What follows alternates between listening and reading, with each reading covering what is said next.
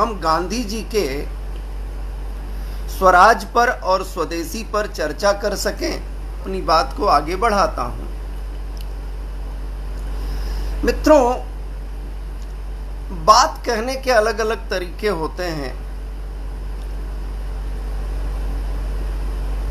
उस तरीके में अगर कथानक जोड़ दिया जाए, कथा संस्कृति को जोड़ दिया जाए, तो वह आसानी से याद भी रहता है और प्रेरणा भी देता है। इसी नाते आप देखते होंगे कि आज भी भारतीय समाज में हमको कहीं न कहीं पर कथा का जो माध्यम है उसके दर्शन होते रहते हैं। तमाम आलोचनाओं के बावजूद भी समाज उस कथा प्रवृत्ति को स्वीकार करता है। एक ऐसे ही उद्धरण मुझे याद आ रहा है। उन दो उद्धरणों को इस विषय से जोड़ते हुए अपनी बात कहता हूं। राष्ट्रीय आंदोलन अपनी पराकाष्ठा पर था। गांधी जी के दिशा निर्देशों के चलते, गांधी जी के आदर्शों के चलते पूरे देश में स्वदेशी की धूम मची हुई थी, स्वदेशी के लिए आग्रह करने की धूम मची हुई थी। लोग विदेशी वस्त्रों का बहिष्कार कर रहे थे, लोग विदेशी वस्त्रों की होली जला रहे थे। और इसी बीच में मुझे एक छोटी सी घटना याद आ रही है जिसका मैं जिक्र आपके संग कर रहा हूं। भारतीय राजनीति में लाल बहादुर शास्त्री, हमारे दूसरे प्रधानमंत्री,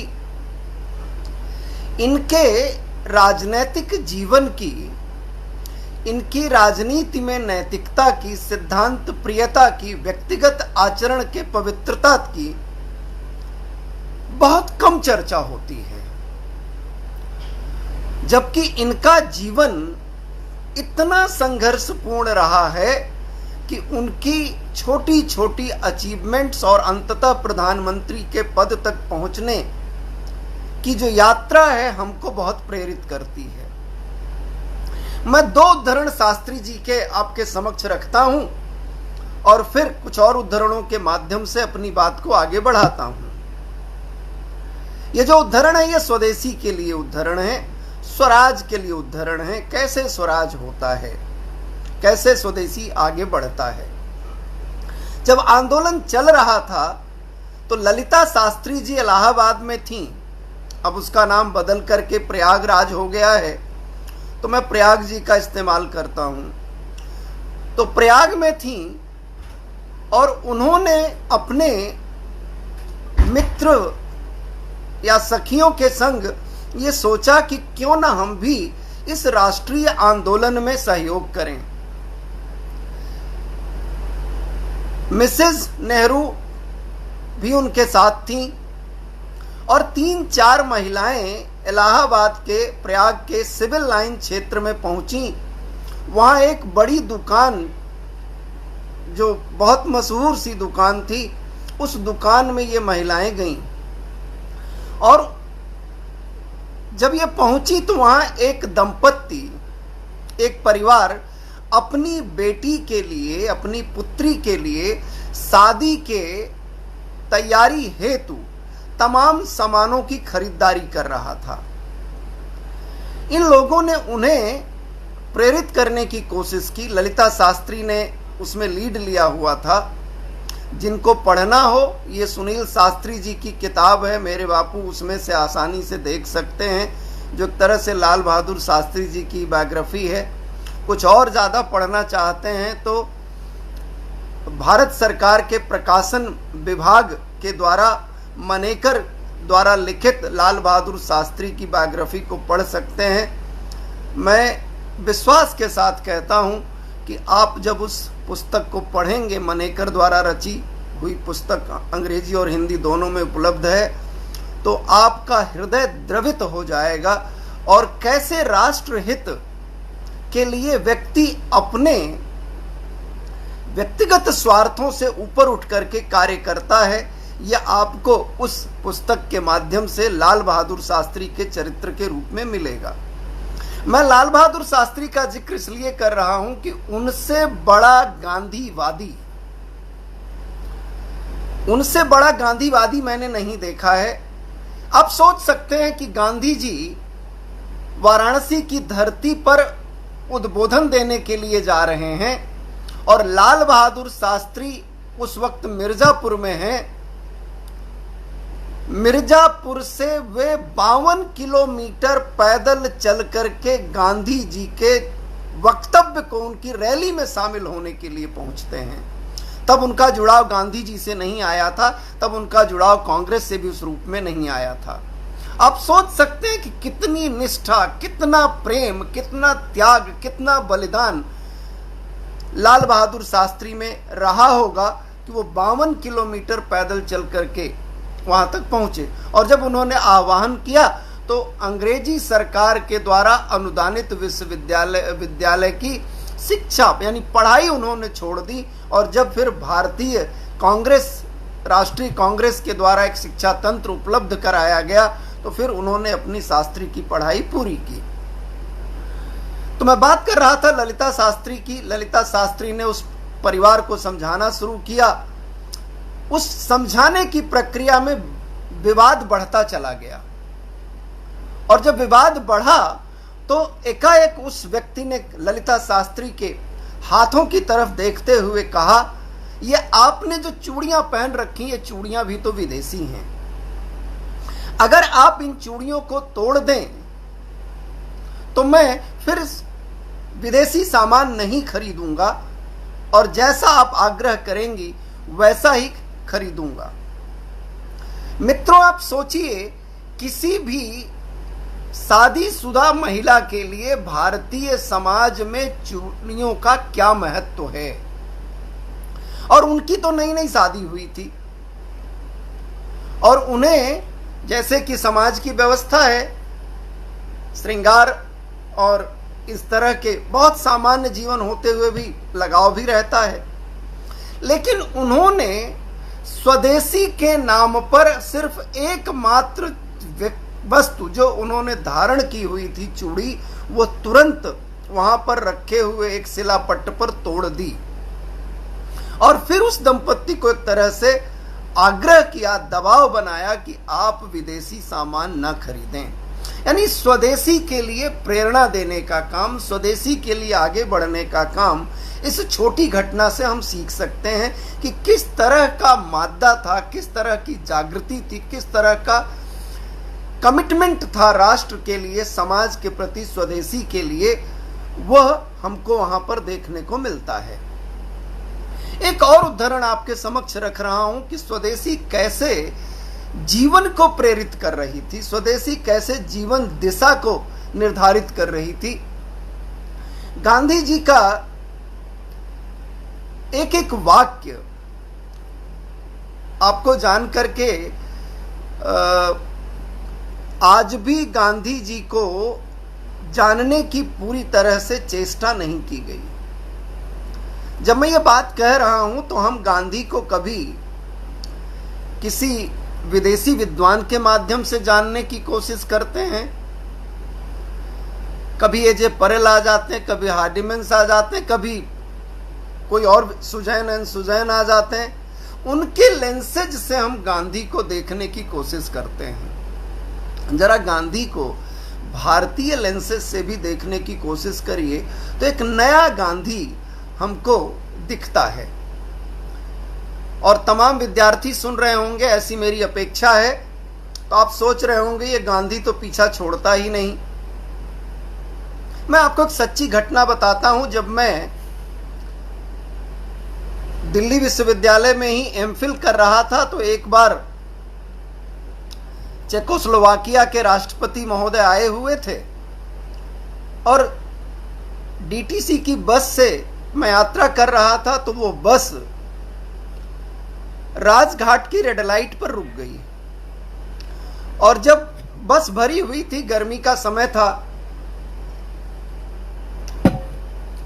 दिक्कतें भी होती हैं, तो एक बुजुर्ग जिनसे गर्मी बर्दाश्त नहीं हो रही थी या उनको कहीं जल्दी थी जाने की, तो उन्होंने ड्राइवर से पूछा कि भाई क्यों रोक दी। वो हरियाणा के बुजुर्ग रहे होंगे या दिल्ली देहात के बुजुर्ग रहे होंगे, क्योंकि उनकी भाषा में हरियाणवी का टच था। तो उन बुजुर्ग ने पूछा कि क्यों रोक दी, क्यों रुके हुए हो, बहुत देर हो गई। तो उस ड्राइवर ने उन्हें कहा कि ताऊ जी, गांधी की समाधि पर कोई विदेशी आया है, इस नाते हमारी बस रुकी हुई है। जैसे ही एक बहुत सामान्य सा संवाद उन दोनों के बीच में चल रहा था, साथ में मेरे जैसे तमाम सहयात्री खड़े थे। उस बुजुर्ग की भाव भंगिमा बदली और उन्होंने अपना एक हाथ उठा करके गांधी की समाधि की तरफ इशारा किया और उनके शब्द वर्बेटम मैं आपके समक्ष कह रहा हूं। और ये शब्द मैं प्रायः अपनी क्लास में अपने विद्यार्थियों के बीच में इस्तेमाल भी करता हूं। बड़े खूबसूरत से शब्द हैं, उसका भाव समझिए। जब ये जीवित था तो अंग्रेजों ने जीण नहीं दिया, इब मर गया हमें जीण नहीं देता।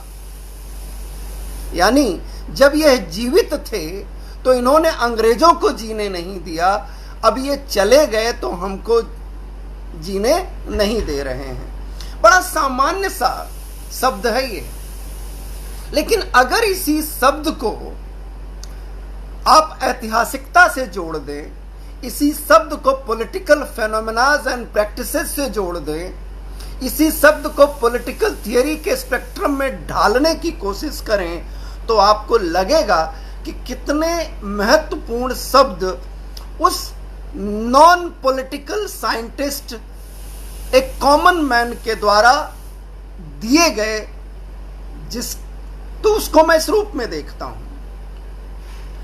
अगर गांधी आपको बचपन से यहां तक पढ़ना पड़ता है तो मेरा एक आग्रह रहता है, गांधी को अच्छे से जानिए, गांधी को अच्छे से पढ़िए, उनको पर्सपेक्टिव में ढालने की कोशिश करिए और जो तत्व उन्होंने दिए अपने चिंतन के माध्यम से, उन तत्वों को अपनी सामाजिकता में, परिवार में अपनाने की कोशिश करिए। एक बड़ी खूबसूरत कहावत है, सेमवाल साहब, पहाड़ों में उस कहावत को किस रूप में रखा जाता है मुझे नहीं पता, लेकिन मैं आपसे साझा कर रहा हूं। पूर्वी यूपी में वो कहावत बहुत प्रचलित है, ते तो पैर पसारिए जाते लंबी सौर, यानी उतना ही पैर पसारिए जितना आपकी चादर है, यानी जितनी आपकी व्यवस्था है उस व्यवस्था के साथ रहना सीखिए, उस व्यवस्था के अनुकूल अपने जीवन को ढालिए, अपनी इच्छाओं को अनंत मत दीजिए कि जिससे वह अनकंट्रोलेबल हो जाए और आपका जीवन दुष्कर होता जाए। ये छोटी सी युक्ति जो है वो स्वराज की युक्ति है, सेल्फ गवर्नेंस की युक्ति है, लिमिटिंग टू द वांट्स की स्थिति है जिसमें हम अपने आप को सीमित करते हैं। और गांधी जी का ये जो दर्शन है, अगर मैं वर्तमान परिदृश्य में उसको पंडित दीनदयाल जी के साथ जोड़ करके देखूं,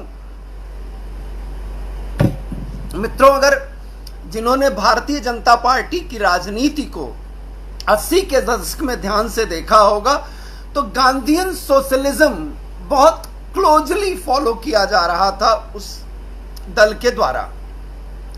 और उस परिदृश्य में, उस पृष्ठभूमि में दीनदयाल जी के द्वारा दिया गया उद्बोधन बड़ा महत्वपूर्ण हो जाता है।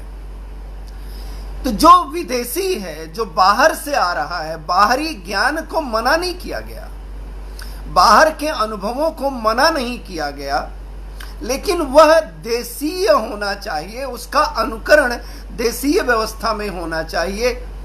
और जो प्राचीनतम है, जिसको हम कंजर्वेटिव कह करके कई बार रिजेक्ट कर देते हैं, उसके बारे में उन्होंने कहा इसको युगानुकूल करना चाहिए, यानी देशानुकूल और युगानुकूल। और गांधी स्वयं इस बात को कहते हैं कि मेरे अपने कमरे की खिड़कियां और दरवाजे खुले रहने चाहिए, मैं आने वाली ऑक्सीजन या प्रवाह को रोकना नहीं चाहता, लेकिन यह भी चाहता हूं कि ये हवाएं, ये प्रवाह मुझे अपनी जड़ों से च्युत न कर सकें, दूर न कर सकें। यानी हर स्थिति में हमको अपने जीवन को इस रूप में ढालना है, हम अपनी विरासत से जुड़े रहें, हम अपनी ऐतिहासिकता से जुड़े रहें, क्योंकि विरासत भविष्य का बोध होती है। हम अगर इस तत्व को स्वीकार कर लेते हैं तो हमारी बहुत सारी समस्याएं अपने आप शांत हो जाती हैं। गांधी की एक बड़ी खूबसूरत युक्ति मुझे इस बीच में याद आ रही है। तो कहते हैं, जो व्यक्ति अपनी मिट्टी को नहीं जान सका,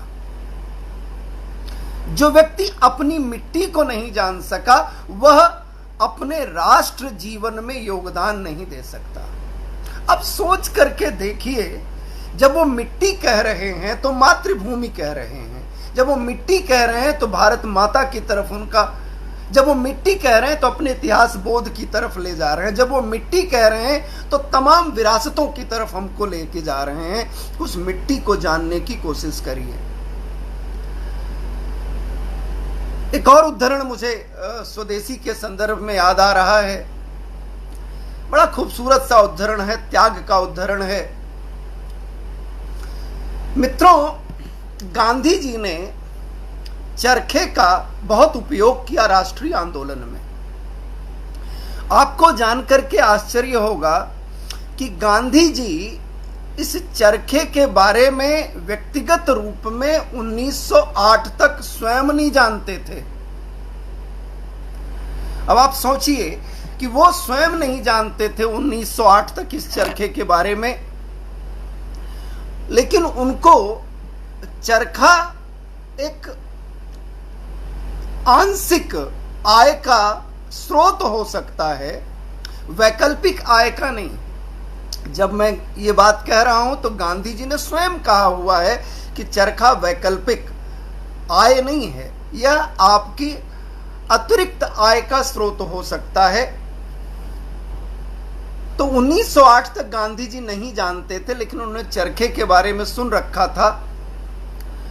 तो इस नाते उन्होंने बहन गंगाबाई को चरखा खोजने और उसके लिए एक विमर्श तैयार करने का कार्य सौंपा। गायकवाड़ के पास एक जगह है बीजापुर, उस गांव में एक प्राचीन चरखा गंगाबाई को मिला। गांधी जी ने उनसे विमर्श किया और फिर चरखा जो है वो व्यवहारिक रूप में तत्कालीन परिस्थितियों में राष्ट्रीय आंदोलन का एक प्रतीक बन गया। इस राष्ट्रीय आंदोलन के प्रतीक के साथ सरदार वल्लभ भाई पटेल का जो योगदान है उसकी तरफ मैं नहीं ले जाऊंगा कि उन्होंने किस तरह से 562 प्रिंसली स्टेट्स को एकात्म किया, किस तरह से उन्होंने भारत की आंतरिक समस्याओं को सुलझाने की कोशिश की, किस तरह से उन्होंने कॉन्स्टिट्यूएंट असेंबली में बहुत स्पष्ट रूप से तमाम विषयों पर अपना हस्तक्षेप किया। मैं उधर नहीं ले जाना चाहूंगा। सरदार पटेल भारत के गृह मंत्री हैं, उप प्रधानमंत्री हैं। स्वास्थ्य बहुत अच्छा नहीं रहता था। वो गर्मी की छुट्टियों में लगभग एक हफ्ता देहरादून जाकर के बिताया करते थे। वो देहरादून में मनीबेन के साथ हैं। मनीबेन से भी हम सभी परिचित हैं। उन्होंने पूरा जीवन सरदार पटेल के लिए समर्पित कर दिया। मित्रों, उनके एक मित्र थे, मेरठ के रहने वाले थे महावीर त्यागी जी। महावीर त्यागी भी संविधान सभा के सदस्य थे और महावीर त्यागी बहुत ह्यूमरस व्यक्ति थे। यानी वे समाज की तमाम चीजों से ह्यूमर निकाल लेते थे, ऐसी उनकी क्षमता थी। सरदार पटेल के साथ वे सुबह सुबह मुलाकात करने पहुंचे। चाय के लिए कहा गया। चाय जब तक मनीबेन लेकर के आई तो मनीबेन के वस्त्रों को देख करके, उनकी साड़ी को देख करके महावीर त्यागी से रहा नहीं गया। महावीर त्यागी ने कहा, मनीबेन आपका भाई राजाओं का राजा है। मेरे जो शब्द हैं, हो सकता है एक आध शब्द आगे पीछे हो, लेकिन भावार्थ यही है, क्योंकि वो कोटेशन मेरे सामने नहीं है, इस नाते मैं उसको ये नहीं कह पा रहा हूं कि हम कोटिंग, लेकिन उसका भावार्थ बता रहा हूं आपको। उन्होंने कहा कि आपका भाई राजाओं का राजा है, तमाम राजा इसको नत करते हैं, और आपने जो साड़ी पहनी हुई है वह साड़ी तमाम पैबंदों से युक्त है। यानी उस साड़ी में तमाम पैबंद लगे हुए हैं। जो गांव समाज से जुड़े हुए व्यक्ति इस फेसबुक लाइव के माध्यम से सुन रहे होंगे, उन्हें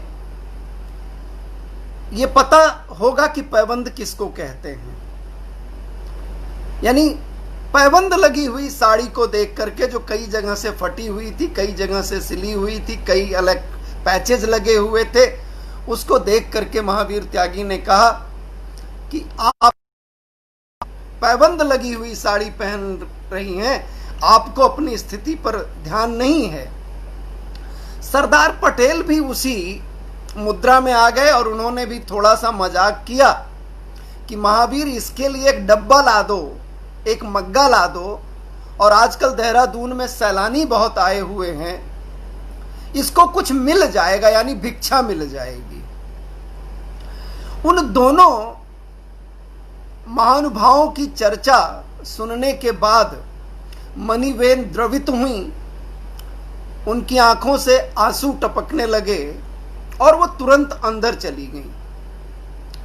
भाव ये है, आप सोचिए कि देश का उप प्रधानमंत्री, इतना सामर्थ्यवान व्यक्ति,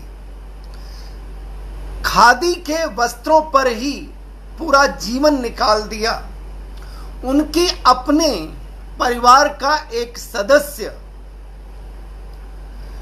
पूरी तरह से समर्पित है, उसके कपड़ों में पैबंद लगा हुआ है, और तब लगा हुआ है कि जब वे छुट्टियां मनाने गए हुए हैं या विश्राम के लिए गए हुए हैं। उस वक्त सरदार पटेल उनको मनाने के लिए कहते हैं, वो बड़ा खूबसूरत है, सुनने लायक है। महावीर, इसका कोई दोष नहीं है। जब से मैंने खादी वस्त्र पहनने का व्रत लिया, तब से इसने भी यही व्रत ले लिया। मुझे तो राजनीति के चलते खादी के लिए सूत काटने का अवसर नहीं मिलता है, कभी कभार मैं काट पाता हूं। मेरे लिए सूत काटने, मेरी व्यवस्थाओं को देखने का कार्य मणि ही करती है। जो सूत बन जाता है, उस सूत से मेरे लिए धोती और कुर्ता बन जाता है, और जब मेरा धोती और कुर्ता पुराना हो जाता है तो ये इन्हीं को काट करके अपनी साड़ी, पेटीकोट और ब्लाउज बना लेती है। अब सोचिए कि कितना बलिदान उन सब ने दिया। चाहते तो कोई विदेशी वस्तु खरीद कर पहन सकते थे, चाहते तो कोई भी लग्जरीज अपने लिए इकट्ठा कर सकते थे, चाहते तो कोई और स्पंदन के कपड़े पहन सकते थे, लेकिन उन्होंने नहीं पहना। तो ये दृष्टांत देने का उद्देश्य मेरा इतना ही था कि दृष्टांत हमको और आपको प्रेरित कर सके कि किस तरह से राष्ट्रीय आंदोलन में या तत्कालीन परिस्थितियों में नेतृत्व करने वाले लोगों ने किस तरह से स्वदेशी को अपने सिर चढ़ाया, किस तरह से स्वदेशी का अनुकरण किया, किस तरह से अपनी इच्छाओं का समन किया। स्वराज, हिंद स्वराज आप पढ़ें तो आपको अद्भुत अनुभूति होगी, लेकिन उसको पढ़ने के लिए एक मानसिक दशा तैयार करनी पड़ती है। उस दशा का जिक्र मैं अवश्य करता हूं। जब मैंने पहली बार उस किताब को पढ़ा विद्यार्थी जीवन में, तो मुझे लगा कि इस किताब में ऐसा तो कुछ है ही नहीं जिससे डर करके अंग्रेजों ने इस किताब को प्रतिबंधित कर दिया, और वो भी एक किताब तो गुजराती में लिखी थी। मित्रों, लेकिन अगर उस किताब को उस ऐतिहासिक परिस्थिति के परिप्रेक्ष्य में पढ़ा जाए, एक क्रांतिकारी के माध्यम से या राष्ट्रीय आंदोलन के सहभागी के रूप में पढ़ा जाए, या उस पुस्तक को तत्कालीन परिस्थितियों में ब्रिटिश साम्राज्य के द्वारा की जा रही शोषणात्मक, दमनात्मक कार्रवाइयों के परिप्रेक्ष्य में पढ़ा जाए, तो वह किताब हमको आत्मविश्वास से भर देती है, वह किताब हमको प्रेरणा देने लगती है, वह किताब न रह करके एक मानद ग्रंथ बन जाती है, जो अपने 100 वर्ष पूरे कर चुकी है। 2009 में उस पर बड़े कार्यक्रम हुए पूरे देश में, लेकिन तमाम बड़े विश्वविद्यालयों की आप अनुसूची उठा करके देख लें तो ज्यादातर वक्ता विदेशी ही थे, और उन सभी वक्ताओं ने गांधी को कहीं कम्युनिटेरियन पर्सपेक्टिव में ढाला, कहीं लिबर्टेरियन पर्सपेक्टिव में ढाला, कहीं लिबरल पर्सपेक्टिव में ढाला, कहीं न्यू लिबरलिस्ट के पर्सपेक्टिव में ढाला। गांधी खो गया उसमें। इस नाते मैं आप सबके माध्यम से कहता हूं कि जब गांधी को पढ़ना हो तो अपनी विरासत, ऐतिहासिकता और उनका जो जुड़ाव है भारतीय संस्कृति और सभ्यता के साथ, उसको जोड़ करके देखिए। मैं नाम नहीं लूंगा क्योंकि पता नहीं, या नाम ले ही लेता हूं। एक बार मैं बिलगरामी साहब को सुन रहा था। बिलगरामी साहब ने पढ़ा, जो पेपर प्रस्तुत किया उसमें लिखा कि what ever he learn from the colonial masters. खास करके आंदोलन के तरीके जो उन्होंने देखे, वो उन्होंने थॉरो से लिए, रस्किन से लिए। लेकिन जब थॉरो और रस्किन को थोड़ा सा मैंने पढ़ने की कोशिश की तो जाना कि उन्होंने जो कुछ भी लिखा उसकी पृष्ठभूमि उपनिषद से आती है। एनी बेसेंट को 18 पुराण उनके सुपरवाइजर ने 18 वर्ष की उम्र होते ही दिए थे। उन्होंने पढ़ करके देखा कि लगा कि जिस देश के ग्रंथ इतने महत्वपूर्ण हैं तो देश देखना चाहिए, और वो एनी बेसेंट भारत की हो गई।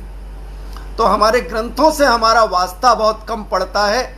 तो मैं गांधी की बात कर रहा था। हम क्रेडिट देते हैं थोरो को, रस्किन को। एक खूबसूरत लेख मुझे कुछ समय पहले मिला जो सुजैन एंड सुजैन के रिसर्च ऑफिसर के द्वारा लिखा गया था, और वो लेख कहता है कि impact of Kathiawar on Gandhi.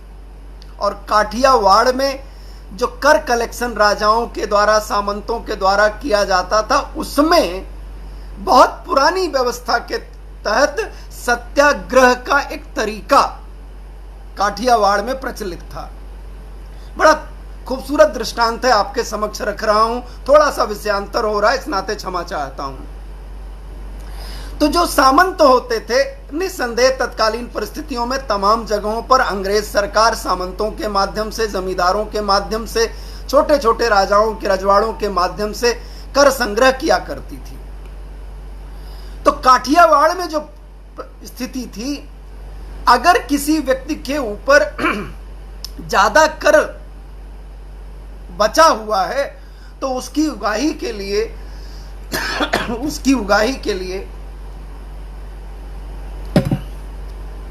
एक व्यक्ति तय किया जाता था, और वो व्यक्ति उस अमुक व्यक्ति के घर जाता था, उसे बताता था कि आपका इतना कर है, दे दीजिए।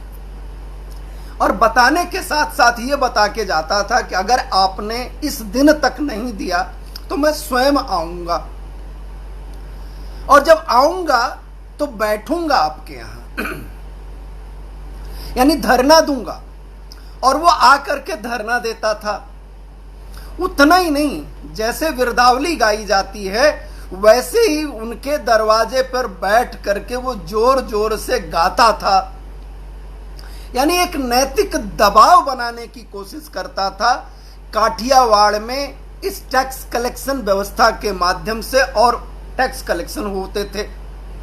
तो मित्रों, आप सोच करके देखिए कि जहां कर को लेने के लिए एक अलग तरह का सत्याग्रह तत्कालीन परिस्थितियों में बगैर हिंसा के द्वारा समाज के दबाव के माध्यम से किया जाता था। वहीं पर तमाम प्रोफेसर्स ये कहने लगे कि whatever Gandhi learned from west colonial powers their experiences. तो मेरा यह मानना है कि गांधी ने जब महाराजा हरिश्चंद्र पर फिल्म देखी, सत्य के साथ उनका पहला प्रयोग शुरू हुआ, सत्य के साथ उनकी पहली अनुभूति आई, तो उन्होंने किसी विदेश की यात्रा नहीं की थी। विदेश से दूर दूर का तत्कालीन गांधी का कोई लेना देना नहीं था। इस नाते मैं फिर आग्रह कर रहा हूं कि किस तरह से गांधी को पढ़ना चाहिए, किस तरह से जानना चाहिए, वो हम सब के लिए सोचनीय विषय है। और जो मैं सोच पाता हूं वो मैंने आपके समक्ष रखा। एक और बड़ा खूबसूरत दृष्टांत मुझे याद आ रहा है। धर्म युग करके एक मैगजीन निकलती थी, उन सबको याद होगा, हिंदुस्तान समाचार पत्र के द्वारा छापी जाती थी और धर्मवीर भारती उसके संपादक हुआ करते थे। मैंने लाल बहादुर शास्त्री जी पर थोड़ा सा काम किया है, तो इस नाते ये बातें मुझे याद आ रही हैं और बहुत दिन से मेरा मन कर रहा था कि लाल बहादुर शास्त्री जी पर कुछ चर्चा करूं। तो आज सेमवाल साहब ने जो विषय मुझे दिया, मुझे लगा कि उस विषय के माध्यम से उनको भी याद करूं और गांधी जी को भी याद करूं।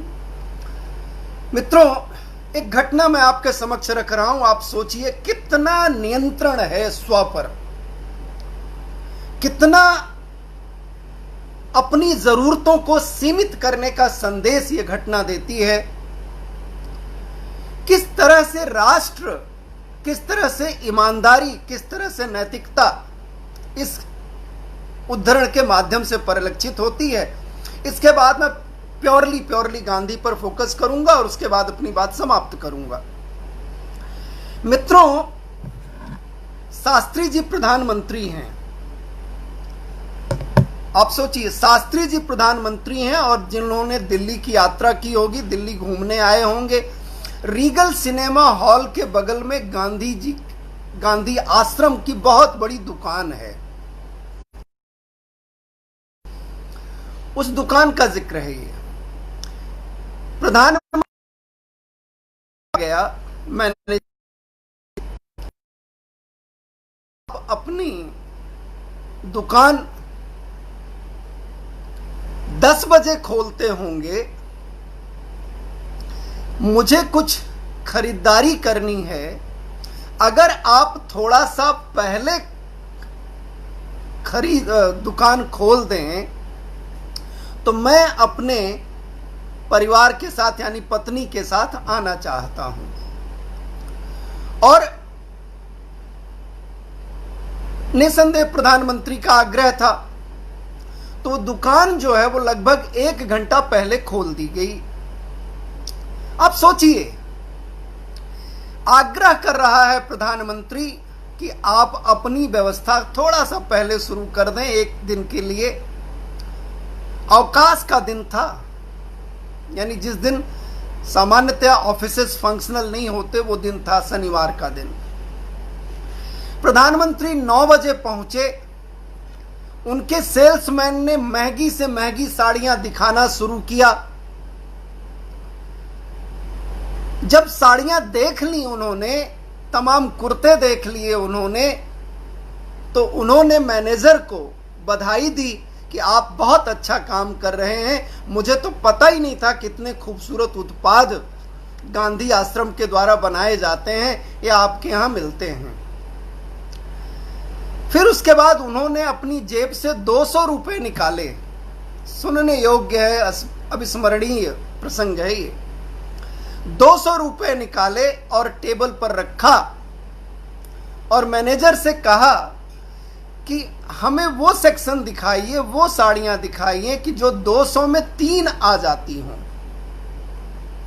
और जब उन्होंने ललिता शास्त्री की तरफ देखा, पूछा ठीक है, तो ललिता शास्त्री जी ने कहा नहीं भैया, हमको 4 साड़ियां इस 200 रुपए में दिखाइए, आए गए के काम भी आएगी।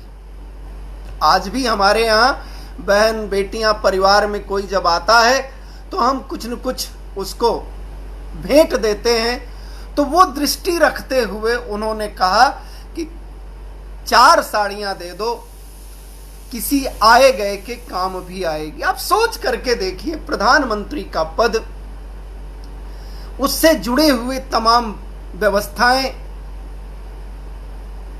मैं आपको इससे जुड़ा हुआ एक प्रसंग सुनाता हूं आपको, मैं नाम नहीं लूंगा किसी का। हमारे एक बार मैं मेट्रो में सफर कर रहा था, एक मित्र, राजनीतिक दल भी नहीं लूंगा, एक मित्र मिले। उन्होंने चर्चा के दौरान बताया कि हम तो मुख्यमंत्री जी हैं, उनका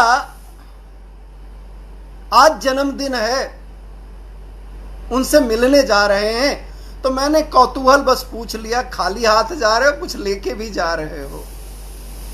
तो उन्होंने कहा नहीं, जो साड़ियां उनको खादी की पसंद है वो साड़ी मैं ले आया हूं।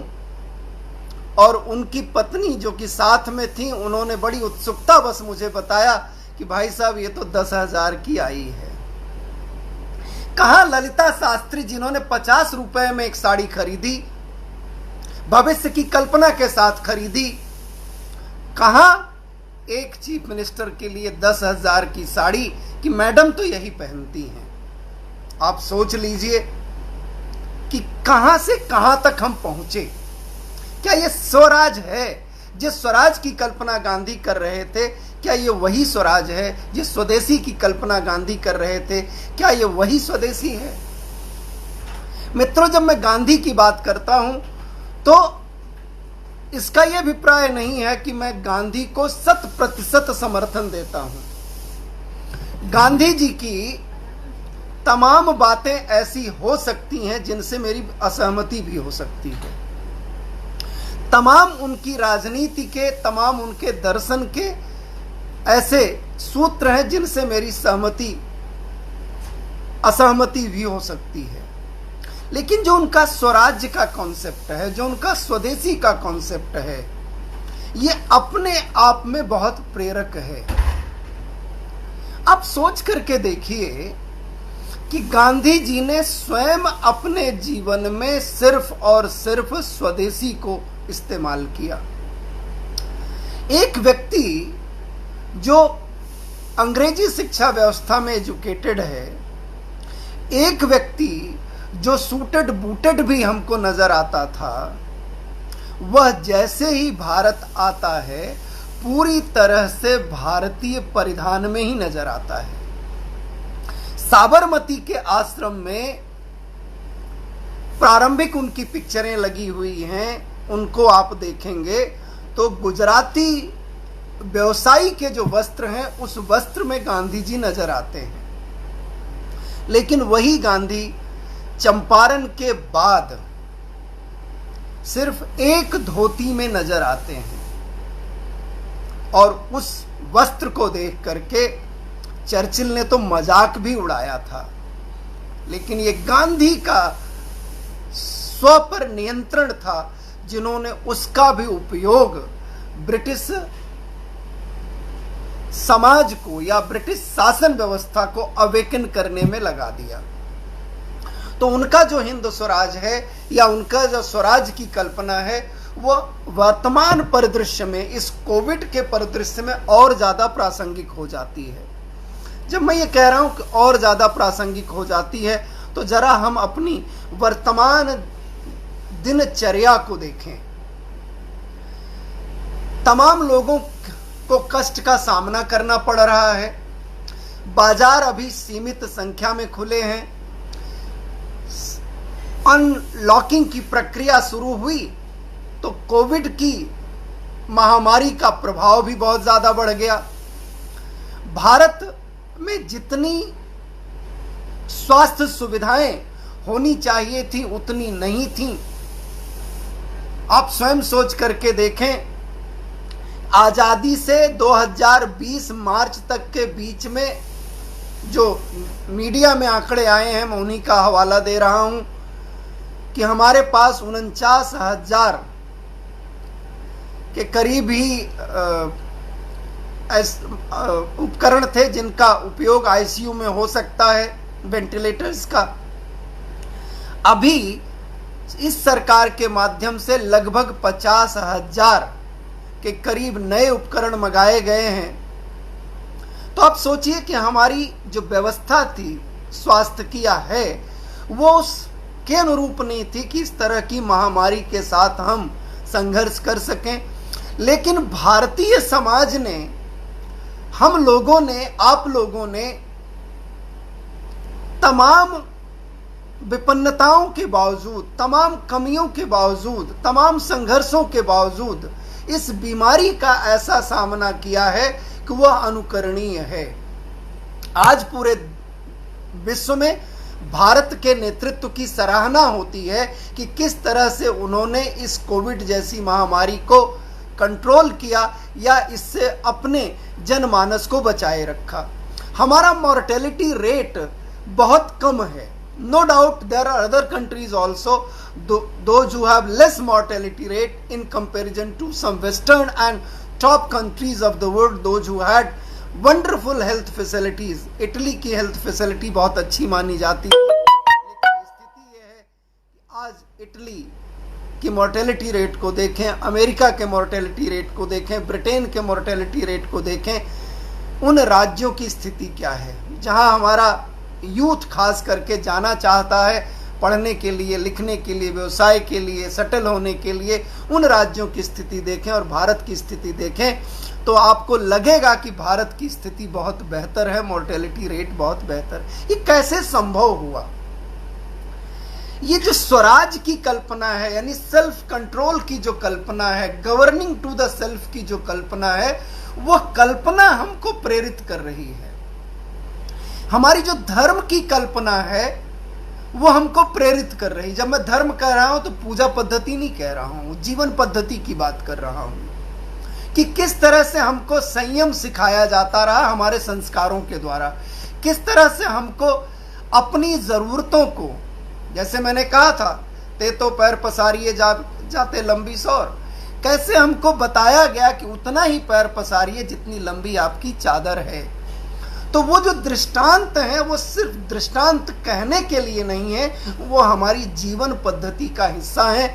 और गांधी जी का जो दर्शन है वो उसी जीवन पद्धति से अनुप्राणित है।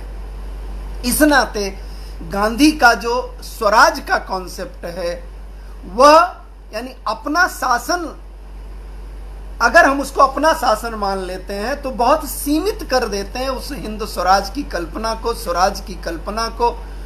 वह स्वराज की कल्पना जहां हमको आत्मविश्वास देती है, वह स्वराज की कल्पना हमको एक तरह से अपनी विरासत पर भरोसा करने की ताकत भी देती है। और वर्तमान समय में हम इस महामारी से लड़ पाए तो वो जो कंट्रोलिंग टू द वांट्स है, अपनी जरूरतों पर, अपनी डिजायर्स पर जो नियंत्रण करने का संस्कार हमारे, अब सोच करके देखिए, 5वीं में मैंने पढ़ा था, गोधन गजधन बाजधन और रतन धन खान, जब आवे संतोष धन सब धर धूरि समान। ये कबीरदास जी का लिखा हुआ है। यानी तमाम नीतिगत ग्रंथ हमको मिलते हैं, तमाम नीतिगत वाक्य हमको मिलते हैं, तमाम नीतिगत सूचनाएं हमारे सामाजिक जीवन का हिस्सा रही हैं। लेकिन आप स्वयं सोच करके देखें कि जो वर्तमान शिक्षा पद्धति है उसने हमको अपनी विरासत से दूर कर दिया। इस नाते आप सबको मेरा आग्रह है कि जब हम गांधी को पढ़ें तो अपनी उस विरासत के परिवेश में पढ़ें, तो मुझे या आपको वो दूसरा गांधी नजर आएगा जिस गांधी की इस भारतीय समाज को बहुत आवश्यकता है। जब मैं स्वदेशी की बात करता हूं तो स्वदेशी से मेरा अभिप्राय है स्व के उत्पादन से, स्वदेशी से मेरा अभिप्राय है स्व पर नियंत्रण से। There is a concept called who am I, मैं कौन हूं। ये बहुत डिबेटेबल कॉन्सेप्ट है। वेस्टर्न पर्सपेक्टिव में इसकी व्याख्या अलग होती है, भारतीय पर्सपेक्टिव में इसकी व्याख्या अलग होती है। In western perspective this self become a unit to evaluate the practices and the life pattern। and system is not part to it. System is in form of challenge to it, system in form of an institution overpowering to the self. But in India the perspective is ko aham, मैं कौन हूं, and the journey of ko aham leads towards ko vayam, यानी जो हमारी यात्रा है भारतीय संदर्भ में स्व की जो यात्रा है वो को अहम से को वयम तक हमको ले जाती है, समाज से जोड़ने की तरफ ले जाती है। इस नाते यहां पर प्राणी मात्र में अंतर नहीं देखा जाता। हमारी संस्कृति में प्रत्येक जीवमान इकाई, चाहे वो पेड़ हो, चाहे वो पौधे हो, चाहे वो झाड़ियां हो, चाहे वो पशु हो, सभी जीवमान इकाइयों को उतना ही महत्व प्राप्त है जितना इस जैविक इकाई को प्राप्त है। इसी नाते आप देखेंगे हमारे यहाँ जो कॉन्सेप्ट ऑफ डिविनिटी है, जो देव का कॉन्सेप्ट है, देवीयता का जो कॉन्सेप्ट है, डिवाइन पर्सपेक्टिव का जो कॉन्सेप्ट है, प्रत्येक देव के साथ एक पौधा जुड़ा हुआ है, एक पेड़ जुड़ा हुआ है और एक जीव भी जुड़ा हुआ है।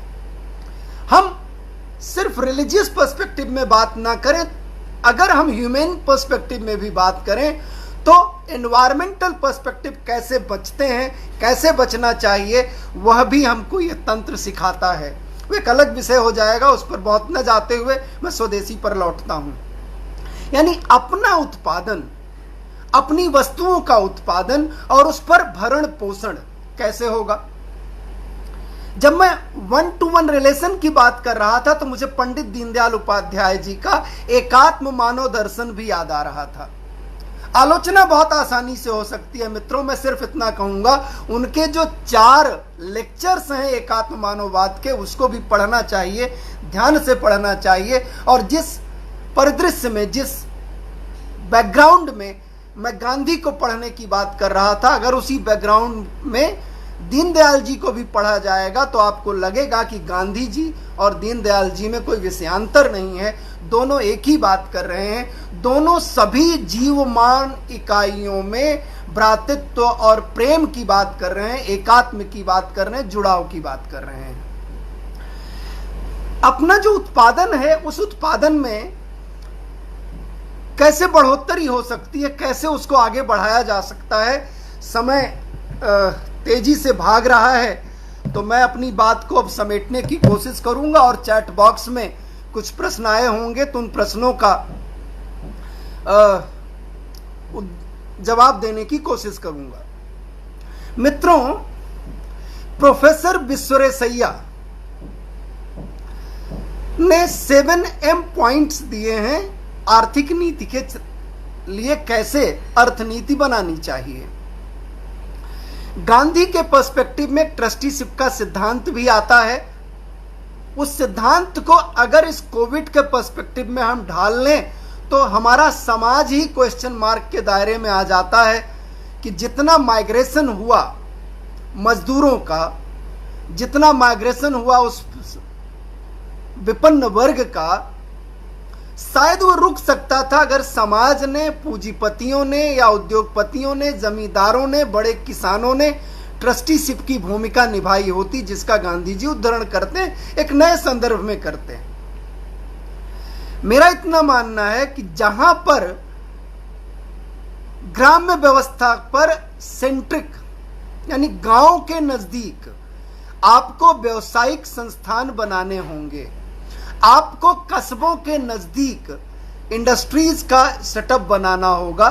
जो बड़े शहरों पर दबाव बन रहा है या हैवी इंडस्ट्रीज पर जो दबाव बढ़ा है या हैवी इंडस्ट्रीज से उत्पादन करने की जो हमारी नीति बनी है, नियत बनी है, उसमें परिवर्तन करना होगा। गांधी जी कुटीर उद्योगों की बात करते हैं, लोकल इंडस्ट्रीज की बात करते हैं।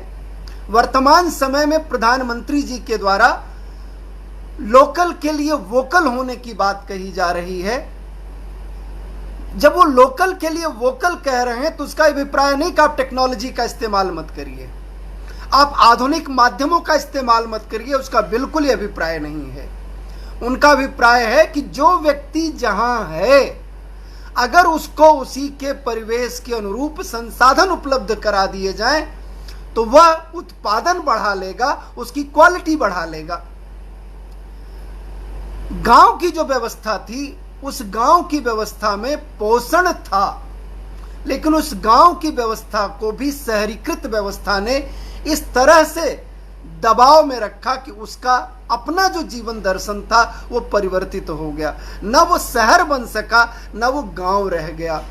तो वर्तमान परिदृश्य में हम सभी को सोचने की आवश्यकता है कि कैसे हम गांधी से सीख ले सकते हैं, कैसे हम अन्य महानुभावों से सीख ले सकते हैं, कैसे वर्तमान सरकार के द्वारा दिए गए दिशा निर्देशों या अवधारणात्मक परिवर्तन जो आत्मनिर्भर भारत के रूप में हो रहा है उसके साथ तादाद में बिठा सकते हैं, और कैसे हम स्वदेशी के साथ रहते हुए आगे बढ़ सकते हैं। मेरा सिर्फ इतना आग्रह अंत में है कि स्वदेशी अकेले नहीं चल सकता है। स्वदेशी के लिए स्व पर नियंत्रण यानी स्व पर राज्य करना बहुत आवश्यक है। जब हम दोनों का संयोग स्थापित कर लेंगे तो स्वदेशी भी प्रचलित हो जाएगा, स्वदेशी भी स्वीकार्य हो जाएगा, और हम सभी इस भारत को, अपने देश को सांस्कृतिक तौर पर, बौद्धिक तौर पर, आर्थिक तौर पर मजबूत भी बना सकेंगे। और जो संकट आज इस वायरस के द्वारा, इस चाइनीज वायरस के द्वारा या चीन के द्वारा, आज ट्रेड के बारे में हम सभी सुधी लोग हैं, जानते हैं कि कितना इम्बैलेंस हमारे पक्ष में नहीं है, कितना इम्बैलेंस ट्रेड में बना हुआ है। हमें तमाम मामलों में चाइना पर निर्भर रहना पड़ता है।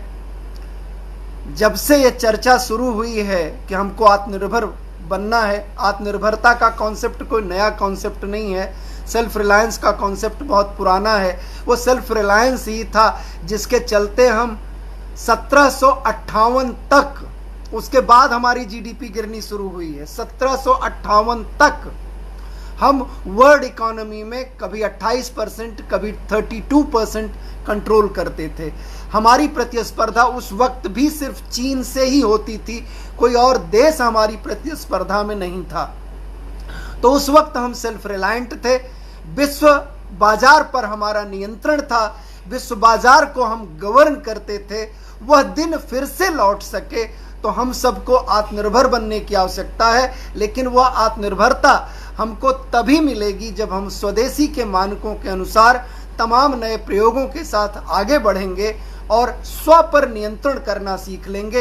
यह स्व पर नियंत्रण सिर्फ अपनी ज़रूरतों को सीमित करना नहीं है, स्व पर नियंत्रण अपने क्रोध पर भी नियंत्रण है। स्व पर नियंत्रण अपनी जीवन पद्धति को इस तरह निर्मित करना है कि समाज में दूसरे व्यक्ति को भी स्थान मिल सके, लेकिन वह दूसरा व्यक्ति भी आपके प्रति उतना ही सहिष्णु होना चाहिए जिससे आपके विश्वास को या आपकी सामाजिकता को या आपकी जीवन पद्धति को कोई चोट न पहुंचे। इन सभी बातों के साथ कुछ विचार आपसे साझा किए। गांधी का दर्शन अपने आप में सामुद्रिक दर्शन है, बहुत बड़ा दर्शन है। उसको एक परिचर्चा में समेटना, उसको एक परिचर्चा में उसके सारे अंग उपांग की चर्चा कर लेना संभव नहीं है। आज एक अवसर सेमवाल साहब ने आपके विश्वविद्यालय के माध्यम से मुझे उपलब्ध कराया, आपसे चर्चा की। सेमवाल साहब का बहुत बहुत धन्यवाद। मैडम अन्नपूर्णा जी का बहुत बहुत साधुवाद कि उनके विश्वविद्यालय के एक मंच से मुझे अपनी बात कहने का अवसर मिला। मैं चैट बॉक्स देख लेता हूं, अगर कुछ मित्रों को अवसर मिलेगा तो मैं कुछ शब्दों को पुनः। हाँ, एक प्रश्न है मीना सेमवाल का, सर हैंडलूम इतना महंगा हो गया है, आम आदमी उसे खरीद नहीं सकता, फिर स्वदेशी कैसे अपनाए? बिल्कुल ठीक कहा मीना जी। महंगा क्यों हुआ? हमने स्वयं महंगा होने दिया इसको, क्योंकि हमने उत्पादन कम कर दिया। अगर उत्पादन होगा, जो विद्यार्थी पॉलिटिकल साइंस के विद्यार्थी होंगे, एलोकेशन ऑफ वैल्यूज का एक कॉन्सेप्ट डेविड ईस्टन साहब कह देते हैं। If it is scarcity, then there will be a problem in allocation and things will go up. अगर वो scarcity में नहीं होगी, आसानी से उपलब्ध होगी, तो फिर उसका रेट भी कम होगा। तो सबसे ज़्यादा महत्वपूर्ण है कि हम अपने उत्पादन को बढ़ाएं, और अगर हम अपने उत्पादन को बढ़ा लेते हैं तो आने वाले समय में जो मीना जी का कंसर्न है कि महंगा हो गया है, वह थोड़ा सा एड्रेस होगा, ऐसा मुझे लगता है।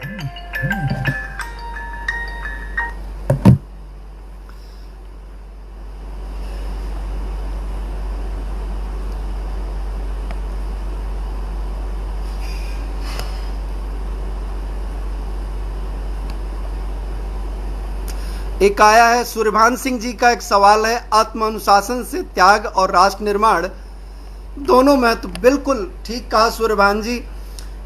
देखिए, आत्म अनुशासन के बगैर राष्ट्र निर्माण नहीं हो सकता। आज की स्थिति यह है कि हम चाहते हैं कि गांधी पुनः पैदा हो, हम चाहते हैं चंद्रशेखर आज़ाद पुनः पैदा हो, हम चाहते हैं सुभाष बाबू पुनः पैदा हो, हम चाहते हैं कि भगत सिंह जैसा बलिदानी आज पैदा हो, हम चाहते हैं कि बिरसा मुंडा जैसा आत्मत्यागी, आत्म बलिदानी, संघर्षवान व्यक्ति पुनः पैदा हो, हम चाहते हैं कि बाबा साहब अम्बेडकर जैसा व्यक्ति पुनः पैदा हो और समाज को एक नई दिशा दे। लेकिन इनमें कोई भी मेरे घर में नहीं पैदा होना चाहिए। ये जो पर उपदेश कुशल बहुतेरे की जो प्रवृत्ति है वो हम सबको छोड़नी पड़ेगी। हमारा जो युवा है उसमें वो राष्ट्र बोध पैदा हो, अनुशासन पैदा हो, समर्पण पैदा हो, वैसे संस्कार हमको अपने ही परिवारों में सृजित करने पड़ेंगे। और अगर हम इसमें कुछ हद तक कामयाब हुए तो विश्वास मानिए कि आने वाला भविष्य हमारा है। और जब मैं ये बात कह रहा हूँ तो एक बात प्रधानमंत्री जी मोदी जी सामान्यतया कहते हैं कि डेमोग्राफिक डिविडेंड हमारे पक्ष में है। मित्रों, आज अगर पूरी दुनिया का आप आंकड़ा उठा करके देखेंगे तो हमारे यूथ की जो एवरेज एज है वो 29 ईयर्स की है, लेकिन चीन की एवरेज एज 46 साल है। सॉरी, चीन की नहीं, अमेरिका की 46 साल है, जापान की 40 साल से ऊपर है, इंग्लैंड की, यूरोपियन पावर्स की उससे 40 साल से ऊपर की है। तो उनके यहाँ तो उनकी जो सुरक्षात्मक व्यवस्था है उस सुरक्षात्मक व्यवस्था में भी संकट पैदा होने वाला है। उत्पादन तो छोड़ दीजिए, वितरण तो छोड़ दीजिए, जो साइक्लिक चेन बननी है उत्पादन, वितरण और कंजम्पशन की, वो छोड़ दीजिए। उनको तो भारत जैसे देशों पर निर्भर रहना पड़ेगा, ऐसा भविष्य बता रहा है। हमको तो सिर्फ अपनी स्किल बढ़ानी है, अपने युवाओं को स्किल करना है, जिससे वो वहाँ जा करके एक सकारात्मक योगदान उनके जीवन को भी दे सकें और अपने जीवन को भी दे सकें।